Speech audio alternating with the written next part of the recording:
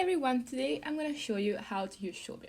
So as you can see at the side, we have different folders for different classes. However, if we scroll all the way back to the top, we can see a folder called All Assignments, which is where you can find all of your homework and when it's due for. Now, if we tap on one of the classes, for example, I choose Higher Dance, we will notice that there are folders made specifically by your teacher and a class discussion where you can communicate with your teacher and other students.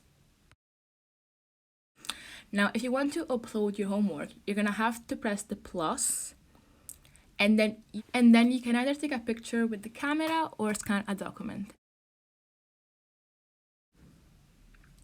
And again, you can just like type and then post a comment just to ask questions or just to check in with your teacher. And you can also tap all assignments to check in with all of the homework that you need to do for that specific subject. If you want to join a class, you can press the plus and then you will need a code that only your teacher can give you. So if you don't have that, please contact your teacher. Here, I press the search bar to search for a specific keyword, for example, English, so that I could find my English folder more easily.